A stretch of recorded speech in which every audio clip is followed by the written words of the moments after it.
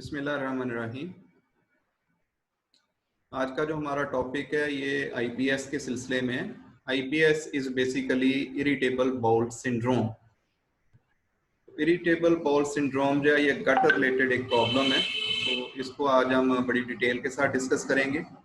इसकी ये है क्या और इसकी प्रेवलेंस क्या है, इसके बाद इसके कुछ प्रोमिनेंट कैरेक्टरिस्टिक्स क्या हैं, ये डिजीज जो है ये इसकी काजेज क्या हैं, इसकी सिम्टम्स क्या हैं, इसकी टाइप्स क्या हैं, और लास्ट पे जाके हम फिर इसकी मैनेजमेंट की बात करेंगे। Either it is through medical और थ्रू फूड, और इन केस ऑफ फूड जो फिर इसको हम मेडिकल न्यूट्रिशन थेरेपी बोलेंगे, जिसमें हम फूड अवॉइड्स और फूड ईटन जो उनकी बात करेंगे। तो इसको स्टार्ट करने से पहले मैं एक चीज़ आपके साथ शेयर करना पसंद करूँगा कि बेसिकली 3 वर्ड्स हैं, डिजीज, डिसऑर्डर एंड सिंड्रोम। तो इनका जो है ना वो काइंडली डिफरेंस क्लियर कर लीजिएगा। मैं एक बार आपके साथ शेयर कर देता हूँ। जो डिजीज है भाई ये कॉमन है, और अमूमन हम जब कोई इलनेस फील करते हैं तो हम कहते हैं मुझे ये डिजीज है। और disease basically condition that has clearly defined reason behind it, यानी ये बड़ी वेल एस्टेब्लिश्ड है कि इसके बारे में हमें रीजन का पता होता है कि ये क्यों बीमारी हुई है, ठीक है। और इसमें 3 फैक्टर्स जो हैं वो बेसिकली इन्वॉल्व हैं। फर्स्ट वन ये है कि इसमें इसके पीछे जो काज है ना वो बड़ी वेल डिफाइंड होती है, जो कि बाकी 2 में नहीं होती। सेकंड नंबर पे इसकी जो सिम्टम्स है ना वो बड़ी क्लियर होती हैं।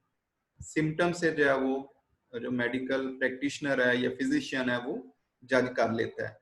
And third one is consistent changes in the anatomy due to the condition, कि अगर ये बीमारी ज्यादा अरसे तक रहती है तो वो परमानेंट टाइप की चेंजेस जो हैं वो कंसिस्टेंट टाइप की चेंजेस जो हैं वो उस ऑर्गन में या उस टिश्यू में या जो भी अफेक्टेड एरिया वहां पे लेके आती हैं। तो अगर भाई इस तरह की कंडीशंस हों, वेल डिफाइंड सिम्टम्स हों, वेल डिफाइंड काज हो, तो उसको हम डिजीज बोलते हैं, ठीक है। अब इसके मुकाबले में आ जाते हैं सिंड्रोम। आज हम सिंड्रोम डिस्कस करेंगे, आईबीएस। तो आईबीएस को सिंड्रोम क्यों कहते हैं भाई? Syndrome is basically may produce a number of symptoms without an identifiable cause, ठीक है।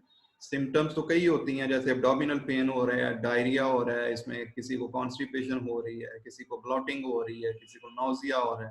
तो कितनी सिम्टम्स हैं भाई, ठीक है। लेकिन इनके पीछे कुछ जेन्युइन काज सामने नहीं आती। और काजेस में हम कभी कहते हैं शायद एंजाइटी की वजह से है, कभी हम कहते हैं कि शायद ये फूड या उसके अंदर कुछ ट्रिगर्स पाए जाते हैं उनकी वजह से है, ठीक है। तो मुख्तलिफ इन्फेक्शन होना, इसको भी हम इसके जेनेटिक उसको भी हम लिंक करते हैं। तो क्लियर कट अभी तक इसकी जो है ना वो काज नोन नहीं है। सिम्टम्स इसकी जो है वो काफी ज्यादा है, ठीक है। तो अल्टीमेटली जो ऐसी कंडीशन हो कि जिसकी नोन काजेस ना हो, आइडेंटिफाइएबल काजेस ना हो, उसको हम सिंड्रोम बोलते हैं, ठीक है। तो डिजीज जो है उसमें हमने अल्जाइमर डिजीज की बात की है, उसमें हमने सीलिक डिजीज की बात की है, और सिंड्रोम का जब जिक्र आता है तो उसमें आईबीएस जो है इसकी आप टिपिकल एग्जांपल्स सामने रख सकते हैं। इसी तरह फीमेल को एक प्रॉब्लम होता है पीकॉस के नाम से, जिसको हम कहते हैं सिस्ट बन जाना ओवरी के अंदर जो, तो वो भी बेसिकली सिंड्रोम है। उसकी भी अभी तक वो क्लियर कट रीजंस जो हैं वो या काजेस जो हैं वो नोन नहीं है। इसी तरह तीसरा जो फैक्टर है उसको मैंने सिंड्रोम का नाम दिया था। तो सिंड्रोम जो है वो बेसिकली कह लें कि जैसे आप कहते हैं ना किसी को मेटाबॉलिक सिंड्रोम, ठीक है, और उसमें हम कहते हैं कि शायद इस बंदे को जो है वो डायबिटीज भी है, शायद इस बंदे को सीवीडीज का प्रॉब्लम भी है, एक से ज्यादा जो है ना उसको इश्यूज हो चुके होते हैं। तो this basically refers to a disease और a disorder that has more than one identifying features और सिम्टम्स, ठीक है।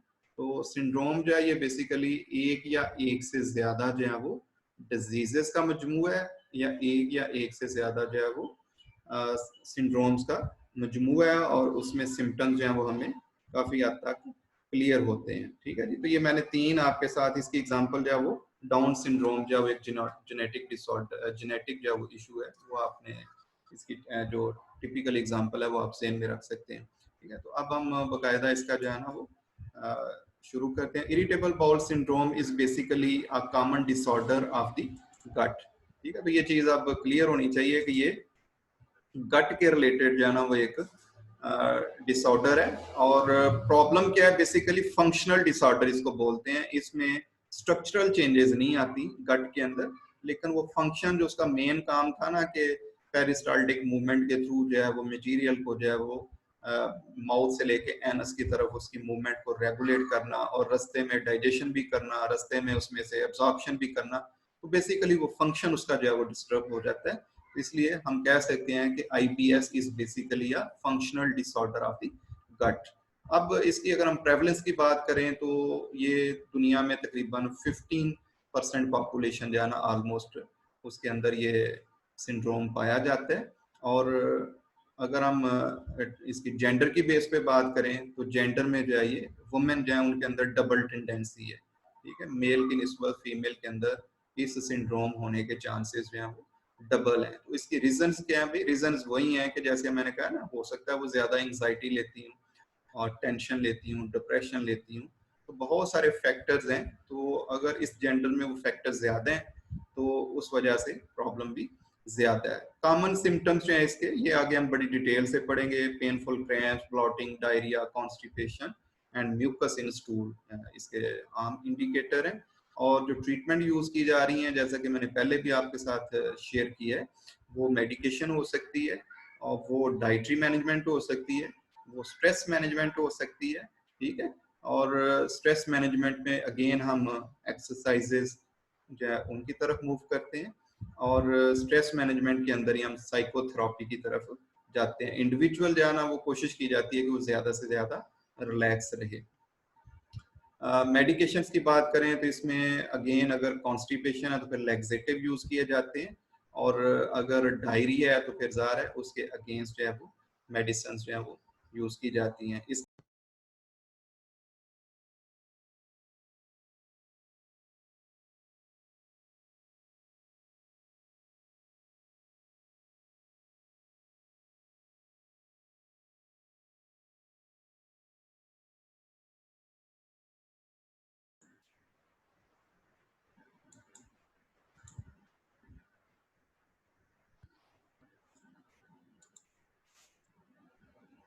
जी, तो अभी इसमें बात कर रहे थे हम कि ये करंट ट्रीटमेंट्स जो हैं वो इसमें मेडिकेशंस भी, और मेडिकेशन फॉर डिफरेंट जो पर्पसेस है कि अगर फर्ज किया डिप्रेशन है तो एंटी डिप्रेसेंट्स यूज किए जाएंगे, और अगर फर्ज किया कोई ये जो कंट्रैक्शन मूवमेंट है, बेसिकली पेरिस्टाल्टिक मूवमेंट में डिस्टर्बेंस है, तो फिर एंटी स्पॉस्मोटिक्स मेडिसिन यूज की जाएंगी। इसी तरह हार्मोनल इश्यूज हैं जैसे सेरोटोनिन है, तो सेरोटोनिन जो है वो बेसिकली एक न्यूरोट्रांसमीटर है, और ये अच्छे मूड के साथ और खुशगवार रहने के साथ जो है वो एसोसिएटेड है। इसका एक ऑप्टिमम लेवल जो है वो खुशी प्रोवाइड करता है। लेकिन अगर इसके लेवल्स जो हैं वो ऑप्टिमम से ऊपर नीचे हो जाए तो फिर ये प्रॉब्लम काज करते हैं। ठीक है, तो इस हवाले से पहले ये देखना पड़ेगा कि इसका लेवल ज्यादा है तो फिर सेरोटोनिन एंटेगोनिस्टिक्स यूज किए जाएंगे जो इसको अपोज करते हैं, इसके ये रिसेप्टर्स को जाके टैकल हिट करते हैं जो कि सेरोटोनिन को एक्सेप्ट करते हैं। और इसी तरह सेरोटोनिन एगोनास्टिस एगोनास्ट जो है वो बेसिकली जो इसकी आप कह सकते हैं कि रिसेप्टर की ऊपर जो बाइंडिंग होने की एबिलिटी जो है उसको इन्हांस कर देते हैं। ठीक है, तो ये फर्स्ट जो हमारी स्लाइड थी इसके अंदर हमने डेफिनेशन भी बात की है, कॉमन सिम्टम्स की भी बात हुई है, और इसके बाद फिर हमने इसकी मेडिकल की भी बात की है, ट्रीटमेंट की, लेकिन ये आगे भी चीज़ें जारी रहेंगी। तो बेसिकली अगर गैस्ट्रोएंट्रोलॉजिस्ट से बात की जाए तो गैस्ट्रोएंट्रोलॉजिस्ट क्या है, वो स्पेशलिस्ट हैं जो गैस्ट्रो और एंट्राइटिस के रिलेटेड जो है वो इश्यूज को देखते हैं। तो गैस्ट्रोएंट्रोलॉजिस्ट कहते हैं कि दुनिया में सबसे बड़ी रीजन जो है ना वो लोगों की उनके पास आने की वो IBS है। और इसके सिम्टम्स देखें तो ये एडोलिसेंट से शुरू हो जाती है और इसके बाद लेट 40s में जाके इसके होने के चांसेस हैं। तो बेसिकली जो अर्ली एज है वो उसमें स्कूल वाली एज है, एजुकेशन वाली एज है। तो अगर उस एज में प्रॉब्लम हो तो वो स्कूलिंग डिस्टर्ब होती है, और अगर लेटर फेज में देखा जाए तो वो वर्किंग एज है और उसमें जो है वो बंदे का प्रोफेशन डिस्टर्ब होता है। ठीक है, तो बेसिकली अगर प्रोफेशन डिस्टर्ब होता है तो उसकी प्रोडक्टिविटी जो है वो डिक्रीज होगी, ओवरऑल जो है हेल्थ कास्ट जो है वो इंडिविजुअल की बढ़ जाएगी और उसकी क्वालिटी लाइफ डिस्टर्ब होगी। जैसा कि हमने ट्यूटोरियल्स के अंदर देखा है कि इंडिविजुअल जो है ना वो उसका कॉन्फिडेंस लूज हो जाता है जब वो किसी गैदरिंग में और वहाँ पे उसको इस तरह का जो प्रॉब्लम शुरू हो जाए। तो इसके जो क्रॉनिकली रेकरिंग इसके सिम्टम्स हैं, रेकरिंग है जो कभी कभार होती है कभी नहीं होती है, और क्रॉनिक जो है वो लॉन्ग टर्म बीमारी को हम बोलते हैं। तो जो इसके इस तरह के इश्यूज हैं वो एब्डोमिनल डिस्कम्फर्ट है, और इसके अलावा इंटेस्टाइनल मोटेलिटी जो है वो डिस्टर्ब हो जाना है। इसके साथ बाकी चीजें जो एसोसिएटेड हैं वो ब्लॉटिंग हो सकती है। ब्लॉटिंग आपने देखा है कि जिसमें गैस प्रोडक्शन हो जाना और बैली का डिस्टेंड कर जाना, यानी पूरा जीआईटी सिस्टम जो है उसके अंदर गैस जो है वो ट्रैप कर चुकी होती है और अल्टीमेटली बैली पोर्शन जहाँ पे ये एग्जिस्ट करता है वो डिस्टेंड कर जाता है। इसके अलावा बाज दफा इनकम्प्लीट एवैक्यूएशन जो है वो उसकी फीलिंग होती है इंडिविजुअल की, वो डेफिकेशन करके आया लेकिन वो फील करता है कि उसने कंप्लीट जो है वो स्टूल उसने पास नहीं किया और उसकी अर्जेंसी जो है उसको दोबारा फील होती है। बाज दफा म्यूकस आता है। म्यूकस जो है एक स्लाइमी सा मटेरियल है जो सारे जीआईटी सिस्टम के अंदर जो है वो कोटेड फॉर्म में अवेलेबल है और स्लिपरी होने की वजह से फूड की मूवमेंट को जो है उसको कंट्रोल करता है और एक प्रोटेक्शन का काम भी करता है। तो अगर ये वेस्ट होना शुरू हो गया तो इट मीन्स के फिर पीछे प्रॉब्लम होने के चांसेस हैं। इसके अलावा जो है वो साइको सोशल डिस्ट्रेस हो जाती है, इंडिविजुअल जो है वो साइको हो जाता है बेसिकली इसकी वजह से।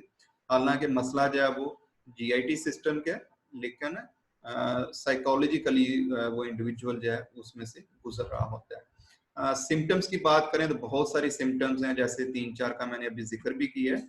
तो इनको याद रखने के लिए हम एक वर्ड यूज करेंगे ABCD।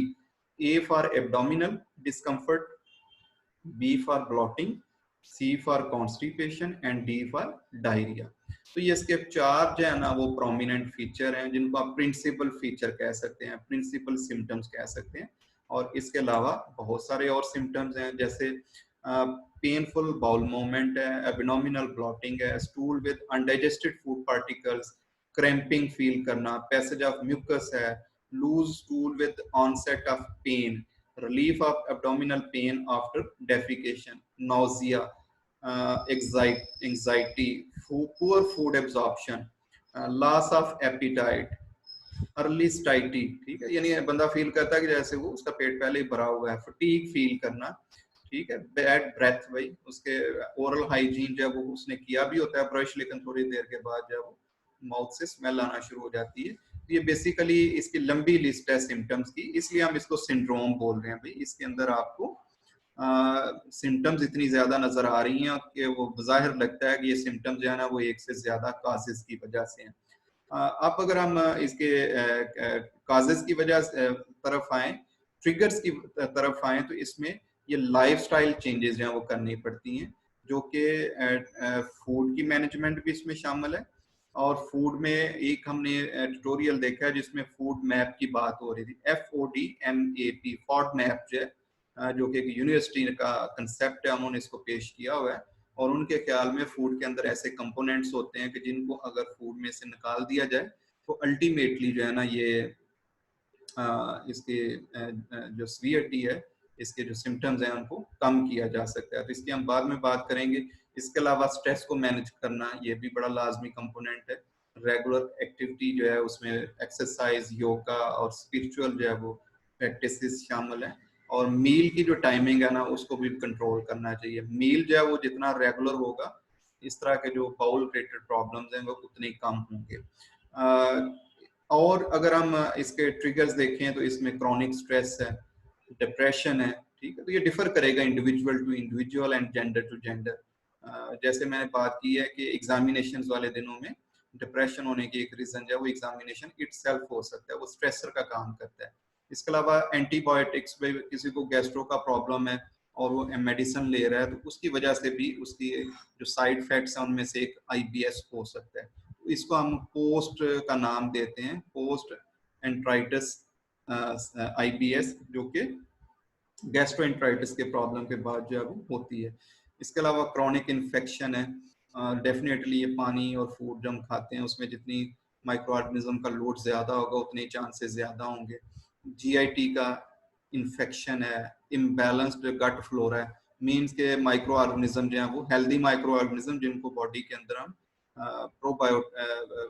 बाइफिटस फैक्टर कहते हैं, और वो प्रोबायोटिक्स जो है वो बेसिकली जो है वो मेनली कंसिस्ट करते हैं। तो वो लेस जो हार्मफुल माइक्रो ऑर्गेनिज्म है उनके साथ फाइट करते हैं और टॉक्सिन्स जो है ना उनको मेटाबलाइज करने में हेल्प करते हैं, उनकी डिटॉक्सिफिकेशन में हेल्प आउट करते हैं।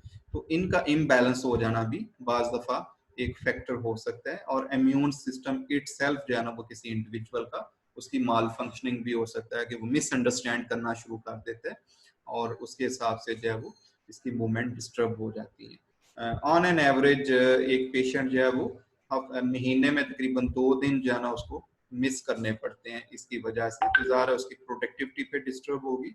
और इसके अलावा more than 20 billion US dollar सिर्फ एक यूएसए के अंदर जाना वो इसकी कास्ट है जो इसकी वजह से आ रही है, इसकी मेडिकेशन की वजह से, इसकी ट्रीटमेंट की वजह से। तो बाकी आप एज्यूम कर सकते हैं कि बाकी कंट्रीज में क्या सिचुएशन होगी। हाँ, जो डेवलपिंग कंट्रीज हैं वहाँ पे चूंकि रिपोर्टिंग नहीं है, तो हमें क्लियरली जो है वो इंडिविजुअल सारी उम्र जो है वो शर्म के मारे नाम ही नहीं लेता कि कोई इस तरह का उसको प्रॉब्लम है और इसके लिए उसको डॉक्टर के पास जाना चाहिए।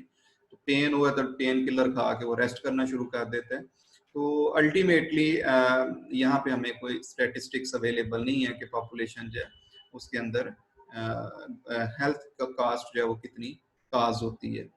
ये सिम्टम्स जो हैं वो ऑलरेडी मैं आपके साथ शेयर कर चुका हूँ, इनको आप मजीद देख लीजिएगा। मिनिस्ट्रल साइकिल बाई फीमेल के अंदर बाज दफ़ा उसकी वजह से जो क्रैम्प्स आते हैं, इसके क्रैम्प्स जो है ना या इसकी पेन जो है वो भी उनसे मिलती जुलती है। एंजाइटी हमने बात की है, इसकी वजह से हो सकती है। ये प्रॉपर नींद ना होना, इसकी वजह से भी जीआईटी सिस्टम जो है वो डिस्टर्ब होता है। हेडेक जो है वो इसकी वजह से हो सकती है। तो अब दोनों चीजें हैं, यानी आईबीएस की वजह से क्या प्रॉब्लम हो रहे हैं और बाज़ चीजें ऐसी हैं कि कुछ फैक्टर्स की वजह से आईबीएस जो है वो प्रमोट हो रही है।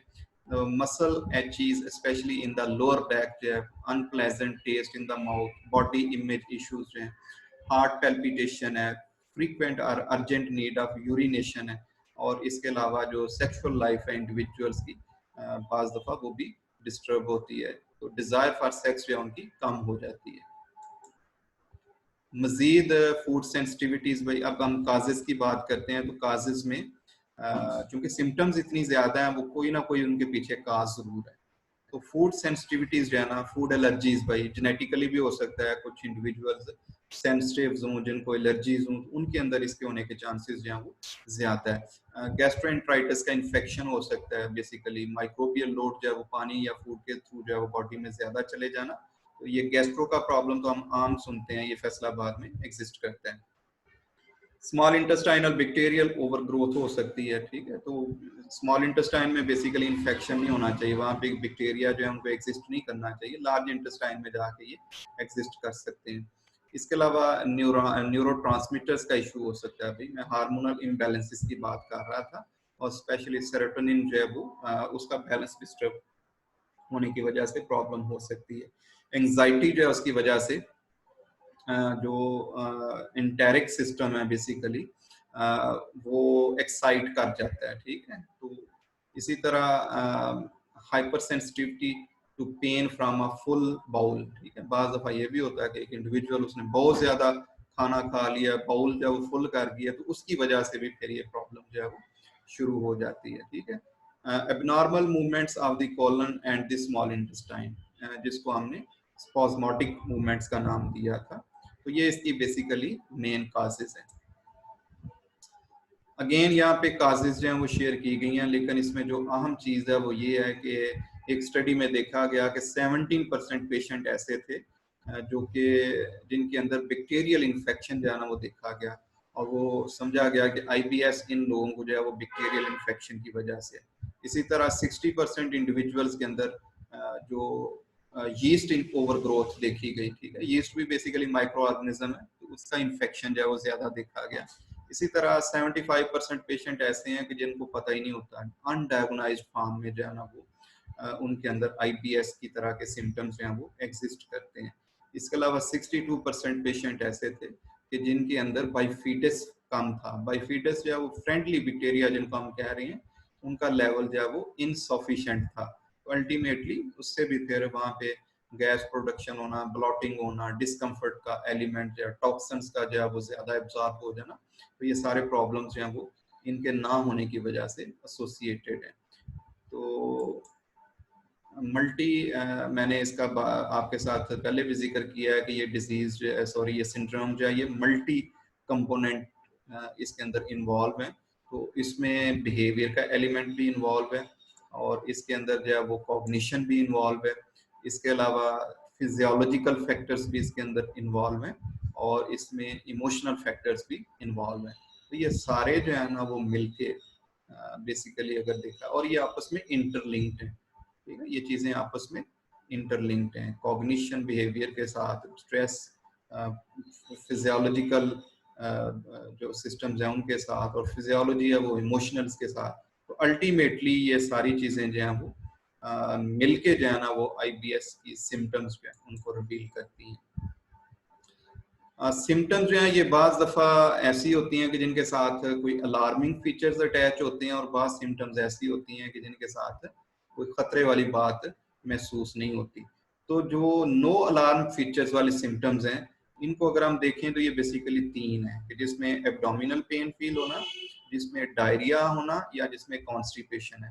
तो इनको इतना अलार्मिंग नहीं समझा जाता, और इसके सिलसिले में क्या किया जाता है कि इनके रिस्पेक्टिव जो है ना वो मेडिकेशन की जाती है। एब्डोमिनल पेन है तो पेन किलर यूज किए जाएंगे, एंटी डिप्रेसेंट यूज किए जाएंगे, इसके अलावा एंटी स्पाज्मोटिक ड्रग्स जो है वो यूज की जाएंगी। कॉन्स्टिपेशन है तो इसके अगेंस्ट जो है वो फाइबर और लैक्सेटिव्स यूज किए जाएंगे, और इसी तरह अगर डायरिया का प्रॉब्लम है तो डायरिया के केस में जो है वो एंटी डायरियल मेडिसिन जो है वो यूज की जाती है। तीनों में एक चीज कॉमन है, प्रोबायोटिक्स जो है ना वो भाई बहुत ही इंपॉर्टेंट है। अगर आप fermented products, dairy products, yogurt की फॉर्म में लेते हैं तो आप प्रोबायोटिक ले रहे होते हैं। तो प्रोबायोटिक्स जो है ये बेसिकली एब्डोमिनल पेन को भी रिलीव करते हैं और डायरिया और कॉन्स्टिपेशन को भी हिट करते हैं। अलार्मिंग फीचर्स में अगर हम देखें तो एज इट सेल्फ है भाई, अगर ये आईबीएस जो है वो किसी ऐसे इंडिविजुअल में होती है जिसकी एज जो है वो 50 प्लस है। इसके अलावा fever, chills, unintended weight loss अगर किसी को हो रहा है तो ये अलार्मिंग साइंस हैं।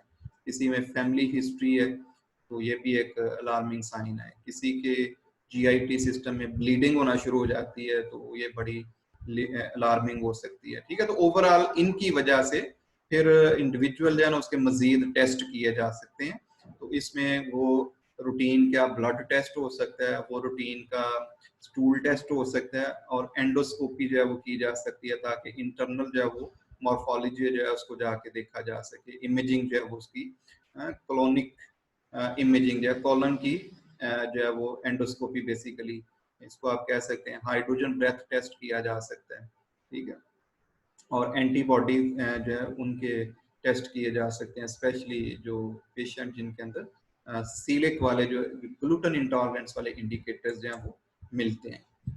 तो अब हम मूव करते हैं इसकी टाइप्स की तरफ। टाइप्स जो हैं वो बेसिकली इसकी प्रोमिनेंट टाइप्स है तो वो 3 हैं, और उनको हम आईबीएस सी के नाम से को रिकॉल करते हैं। C stands for constipation. तो वो इसमें हम देखेंगे प्रोमिनेंट सिम्टम क्या है, ठीक है। तो अगर कॉन्स्टिपेशन प्रोमिनेंट है तो फिर उसको आईबीएस कॉन्स्टिपेशन कहेंगे। और ये प्रोमिनेंट कैसे नजर आ रही है कि मोर देन 25% जो है वो हार्ड और लंपी स्टूल जो है वो इंडिविजुअल पास करते हैं, और लेस देन 25% लूज और वाटरी स्टूल जो है वो, ठीक है। और इसी तरह आईबीएस डी जिसको हम डायरिया वाली कंडीशन कहते हैं, तो इसमें अगेंस्ट ये अपोजिट है कॉन्स्टिपेशन का, कि इसमें हार्ड और लंपी स्टूल की बजाय वाटरी स्टूल का प्रोपोर्शन जो है वो ज्यादा होता है, और हार्ड और लंपी स्टूल का प्रोपोर्शन जो है वो कम होता है। मिक्स्ड पैटर्न के अंदर दोनों का जो है वो मोर देन 25% लेवल नजर आता है। और एक टाइप है जिसको आईबीएस यू बोलते हैं, अनस्पेसिफाइड। इसमें बेसिकली दोनों का जो हार्ड और जो डाइट वाटरी स्टूल है वो दोनों का प्रोपोर्शन जो है वो लेस देन 25% होता है। अब इसके लिए जो है ना वो एक टेस्ट किया जाता है जिसको हम ब्रिस्टोल स्टूल चार्ट बोलते हैं। ब्रिस्टोल स्टूल चार्ट जो है वो मैं आपके साथ पहले भी किसी लेक्चर में डिस्कस कर चुका हूँ, मजीद भी इसको हम देख लेते हैं। तो यहाँ पे दोनों के मेन डिफरेंसेस आपके साथ शेयर किए गए हैं, सी कॉन्स्टिपेशन वाला और डी डायरिया वाला। तो डायरिया वाली कंडीशंस आप देखते हैं यहाँ पे लूज वाटरी बाउल है, इसके अलावा सडन अर्जेस है, फ्रीक्वेंट बाउल मूवमेंट्स है, म्यूकस इन स्टूल, क्रैम्पिंग, ये डायरिया वाली कंडीशन को शो कर रहे होते हैं। जबकि कॉन्स्टिपेशन वाले केस में अगर हम देखें तो डिफिकल्टी इन पासिंग स्टूल है और sense of wanting to go but being unable to. ठीक है, बंदा वॉशरूम तो जाता है, डिजायर आती है उसको लेकर, वॉशरूम नहीं उसको आ रहा होता। Inability to have bowel movements due to constipation. हाँ, एक चीज कॉमन है दोनों के अंदर के दोनों में ब्लॉटिंग एंड गैस जो है वो डेवलप होती है। बाकी दोनों के क्लियर जो है वो डिफरेंसेस मैंने आपके साथ शेयर कर दी हैं। ब्रिस्टल स्टूल चार्ट अगर हम देखें तो इसमें टॉप से बॉटम की साइड अगर तरफ हम मूव करें तो स्टूल को 7 कैटेगरीज में डिवाइड किया गया, और जो टॉप वाली कैटेगरीज हैं वो कॉन्स्टिपेशन को रिफ्लेक्ट कर रही होती हैं, और बॉटम वाली कैटेगरीज जो हैं वो डायरियल कंडीशन को शो कर रही होती हैं। तो अगर हम आईबीएस डायरिया की बात करें तो उसमें ये टाइप 6 और 7 वाली जो इंडिकेटर्स हैं वो स्टूल के इंडिकेटर्स वो नजर आते हैं, यानी वाटरी होना, मशी होना, ठीक है, और इसमें कोई सॉलिड पीसेस का ना होना। और जबकि अगर हम आईबीएस सी की बात करें जो कॉन्स्टिपेशन वाली है तो उसमें टाइप 1 और टाइप 2 की तरह के जो सिम्टम्स हैं वो ज्यादा नजर आते हैं। जो स्टूल है ये बेसिकली बहुत सारी बीमारियां जो है ना उनकी रिफ्लेक्शन होती है। हम इसकी तरफ फोकस नहीं करते, मेडिकल के पॉइंट ऑफ व्यू से हम इसका टेस्ट जरूर करवाते हैं, लेकिन इसकी जो फिजिकल फॉर्म है उसको देख के काफी अंदाजा लगाया जा सकता है। तो अगर किसी इंडिविजुअल को हार्ड पूप इन पीसेस, ठीक है, डेफिकेशन वो करता है और फीकल मास जो है वो हार्ड और पीसेस की फॉर्म में है, तो वो इंडिकेट कर रहा होता है कि बॉडी डिहाइड्रेशन तक जा चुकी है। लेस देन 35% पानी है बॉडी के अंदर, जो कि 60 to 70% की रेंज के अंदर होना चाहिए। ब्लैक कलर इंडिकेट कर रहा होता है कि जो अपर जीआईटी सिस्टम है वहां पे कोई इशू है और उसकी वजह से वहां से थोड़ी बहुत ब्लीडिंग होके जो है ना वो स्टूल के अंदर शामिल हो रही है। जबकि अगर इसका कलर रेडिश फॉर्म में है तो ये इंडिकेट कर रहा होता है कि लोअर जो पोर्शन है वहां पे कोई ऐसा इश्यू है जिसकी वजह से ब्लीडिंग हो रही है। ग्रीन कलर इंडिकेट करता है स्पेशली जब कोई सप्लीमेंट्स वगैरह यूज करते हैं, लाइक आयरन सप्लीमेंट्स हैं। और ब्लड जो है वो अगर स्ट्रीक्स की फॉर्म में होता है तो ये इंडिकेट कर रहा होता है कि जो हेमरॉइड्स या जो बवासीर है इस तरह का कोई प्रॉब्लम एग्जिस्ट करता है। फ्लोटिंग स्टूल भाई ये इंडिकेट करता है कि ये ब्लॉटिंग है, इन बंदा जो है इसको गैस का प्रॉब्लम है और इसमें जो माइक्रो ऑर्गेनिज्म है उनका जो लोड है वो ज्यादा है, क्योंकि वही जो है वो ब्लॉटिंग काज करते हैं। डायग्नोसिस अगर हम इसकी देखें तो डायग्नोसिस कैसे की जाती है आईबीएस की, इसका अभी तक अगर देखा जाए तो कोई प्रॉपर जाना इसकी कोई डायग्नोसिस अवेलेबल नहीं है।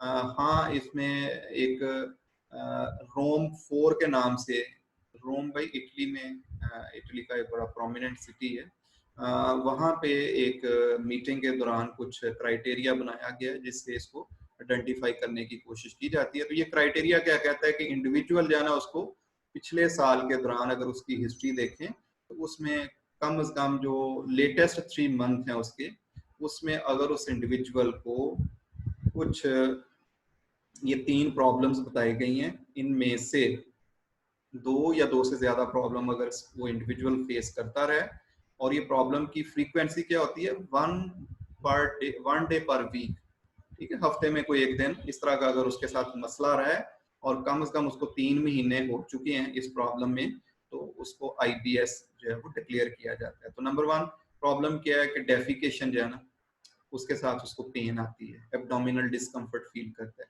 नंबर 2 जो है वो फ्रीक्वेंसी ऑफ स्टूल जो है ना उसकी बढ़ जाती है, और ज्यादा फ्रीक्वेंसी होने की वजह से भी उसको एब्डोमिनल डिस्कम्फर्ट होता है। या फिर जो है वो स्टूल की फॉर्म चेंज हो जाती है, अपीयरेंस चेंज हो जाती है, जैसे हमने ब्रिस्टल चार्ट के अंदर जो है वो इनको बड़ा डिटेल के साथ डिस्कस किया है। तो अब इन 3 सिम्टम्स की बेस पे जो है मजीद जो है ना इसकी सब कैटेगरीज की जाती हैं, जो कि मैंने आपके साथ पहले शेयर कर दी हैं। 3 की बजाय बल्कि हमने 4 कैटेगरीज की बात की थी, आईबीएस सी, आईबीएस डी, आईबीएस एम जो कि मिक्स को शो करती है, और आईबीएस यू जो कि अनस्पेसिफाइड को शो करती है। तो ये ऑलरेडी आपके साथ जो है वो फैक्टर्स भी मैंने डिस्कस कर लिए हैं। ये जो रोम 4 जो मैंने इसकी डायग्नोस्टिक चार्ट आपके साथ शेयर किया वो भी यहाँ पे दोबारा लिखा गया है, और सिम्टम्स जो है ना उनकी एलेबोरेशन है यहाँ पे। एब्डोमिनल पेन जो है वो बेसिकली किस तरह की होती है, और ये रेंज करती है माइल्ड टू इंटेंस पेन, यानी आहिस्ता आहिस्ता शुरू होती है और शिद्दत इसकी बढ़ती जाती है। और इसी तरह स्ट्रेस अगर हम देखें तो anxiety and digestive IBS symptoms reinforce one another in a viscous cycle. ठीक है, तो ये बेसिकली इनकी एक्सप्लेनेशन है। ठीक है, जो अभी हमने इसके सिम्टम्स हैं वो देखे हैं।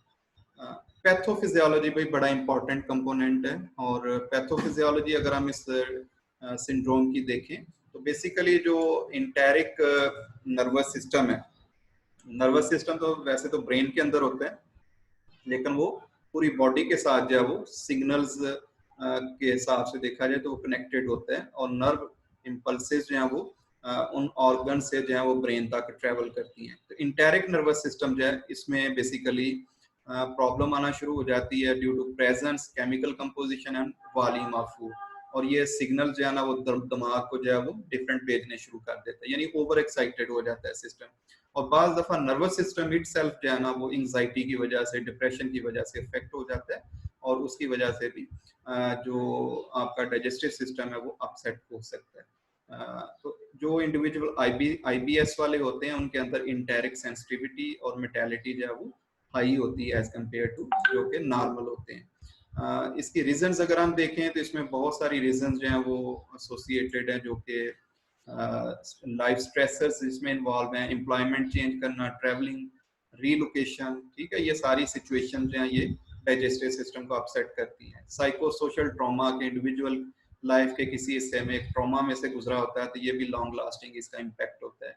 मेडिकेशन जो है, बहुत सारी मेडिसिन के नेगेटिव इफेक्ट्स हैं वो भी होते हैं, और इसके अलावा बाज़ दफ़ा देखा जाए तो वो पोस्ट इन्फेक्शियस आईबीएस उसको हम कहते हैं, कि जिसमें गैस्ट्रोएंटराइटिस का इंडिविजुअल को प्रॉब्लम हुआ था, उसके बाद फिर उसको आईबीएस हो जाती है। स्ट्रेस और डाइटरी पैटर्न्स जो हैं ये भी बहुत बड़ी इसकी रीजंस हैं, और स्ट्रॉन्ग फैमिली हिस्ट्री जो है वो भी एक हो सकती है, कि किसी को अगर एलर्जी है तो उसको भी आईबीएस होने के चांसेस जो हैं वो ज्यादा है। मेडिकल की मैनेजमेंट अगर हम बात करें तो ये मेडिकल के पॉइंट ऑफ व्यू से भी हो सकती है और न्यूट्रिशन के पॉइंट ऑफ व्यू से भी हो सकती है। तो मेडिकल के पॉइंट ऑफ व्यू से अगर हम देखें तो इसमें भी एजुकेशन और काउंसलिंग के ऊपर फोकस किया जाता है, जिसमें मेडिसिन दी जाती हैं जैसे एंटी डिप्रेसेंट्स हैं, लैक्सेटिव्स हैं, और काउंसलिंग की जाती है। इसके अलावा इसमें रीजंस ढूंढने की कोशिश की जाती है, सेंसिटिविटीज टू फूड देखी जाती हैं, इन्फेक्शन है तो उसको खत्म करने की कोशिश की जाती है, गट फ्लोरा जो है प्रोबायोटिक्स दे के उसको बेहतर करने की कोशिश की जाती है, पेन किलर दे के पेन को डिक्रीज करने की कोशिश की जाती है, और स्ट्रेस मैनेजमेंट के लिए मेडिकेशन प्लस जो है वो psychotherapy as well as exercise जो है उनके ऊपर फोकस किया जाता है। इसके बाद अगर हम MNT की बात करें तो MNT में मेन ऑब्जेक्टिव हमारे 3 होते हैं। फर्स्ट ऑब्जेक्टिव के जी न्यूट्रिएंट इनटेक जो है ना वो पूरे होने चाहिए, इंडिविजुअल जो है ना उसकी हेल्थ डिस्टर्ब ना हो। सेकंड नंबर पे IBS के जो सिम्टम्स हैं उनको भी हमने कवर करना होता है, तो अगर इसमें देखना पड़ेगा कि ये डायरिया वाली है या कॉन्स्टिपेशन वाली है, तो फिर उसके हिसाब से जो है वो ट्रीटमेंट आएगी। और तीसरे नंबर पे जो है वो पोटेंशियल रोल ऑफ फूड जो है वो देखना पड़ेगा। फूड डायरी बना के देखी जा सकती है, और ऐसी फूड जो ट्रिगर करती हैं उनको एलिमिनेट किया जा सकता है। ठीक है, यह फॉड मैप जो है वो बेसिकली इसी पर्पस के लिए बनाया गया है कि फूड के अंदर वो एलिमेंट्स जो इसको ट्रिगर करते हैं उनको किसी तरीके से रिमूव कर दिया जाए। तो क्वालिटी डाइट जो है वो वैसे हेल्दी इंडिविजुअल के लिए बहुत अच्छी चीज है, लेकिन अगर हम IBS की बात करें तो इसमें उसकी इंपॉर्टेंस जो है और ज्यादा बढ़ जाती है। लैक्सेटिव्स जो है वो फाइबर यूज करना चाहिए, सॉल्युबल फाइबर जो है वो बहुत अच्छी है, इनसॉल्युबल जो है उसको थोड़ा सा केयर के साथ यूज करना चाहिए, जैसे व्हीट ब्रेन है। इसके अलावा जो कंजम्पशन ऑफ फ्लूइड है उसको एडिक्वेट करना चाहिए, और एंजाइटी जो है उसको कम करने की कोशिश करनी चाहिए। IBS के लिए एक फूड पिरामिड भी भाई मिलती है हमें, तो इसको आप काइंडली खुद देख लीजिएगा, और इसमें fat, sweets, caffeinated product, spicy foods हैं, ये आपको नजर आ रही हैं कि इनको टॉप के ऊपर रखा गया, और बाकी फूड्स जो हैं उनकी सर्विंग्स जो है वो यहाँ पे शो की गई हैं। तो बेस में अगर हम देखें तो रेगुलर फिजिकल एक्टिविटी और हेल्दी ईटिंग हैबिट्स जो हैं वो प्रोमिनेंट है, और उसके बाद फिर जो है ना वो फूड ग्रुप्स के ऊपर जो है वो एम्फिसाइज किया गया है। इसी तरह कुछ फूड्स हैं जिनको हम खा सकते हैं, जैसे फ्रूट्स हैं, वेजिटेबल्स हैं, मीट एंड डेयरी है, और ग्लूटेन फ्री सीरियल प्रोडक्ट्स हैं, और मॉडरेशन के अंदर रहते हुए इनको यूज करना चाहिए, बैलेंस डाइट की तरफ जाना चाहिए। और जिनके अंदर ग्लूटेन हो, जो फ्राइड हो, जिनके अंदर बीन्स ज्यादा हो, कैफिनेटेड हो, प्रोसेस्ड फूड हो, अल्कोहलिक, स्पाइसी फूड, चॉकलेट, इस तरह की चीजें जहाँ वो ट्रिगर का काम करती हैं, तो इनसे कोशिश करनी चाहिए कि अवॉइड किया जाए। तो फॉड मैप जो है, इसमें basically word FODMAP stands for F for fermentable sugars, यानी वो शुगर जो फर्मेंटेशन की वजह से गैस प्रोड्यूस करती हैं, इनको अवॉइड करना। ओलिगोसैकराइड्स, ठीक है, ये हमने पढ़े हुए हैं भाई, 2 से 3 ग्राम जो है वो डेली लेने चाहिए। अनियंस और इस तरह की जो प्रोडक्ट्स हैं उनमें पाए जाते हैं, और ये प्रीबायोटिक का काम करते हैं, लेकिन ये एक्सेसिव खाने में प्रॉब्लम भी होती है। डाइसेक्राइड्स हैं भाई, स्पेशली लैक्टोज इंटॉलरेंस काज होती है। मोनोसेक्राइड्स, इसमें हम फ्रुक्टोज की बात करते हैं, स्पेशली वेस्टर्न सोसाइटी में फ्रुक्टोज सिरप जो है वो ज्यादा यूज किया जाता है। और ए फॉर एंड है, और पी फॉर पोलियोल स्वीटनर्स हैं, शुगर अल्कोहल्स हैं भाई, कुछ जैसे सार्बिटोल है, जाइलिटोल है, ये अमूमन बबल गम्स के अंदर जो है इनको ज्यादा यूज किया जाता है, आर्टिफिशियल स्वीटनर का काम करती है, लेकिन इसके साथ साथ जो है ना ये लैक्सेटिव भी हैं।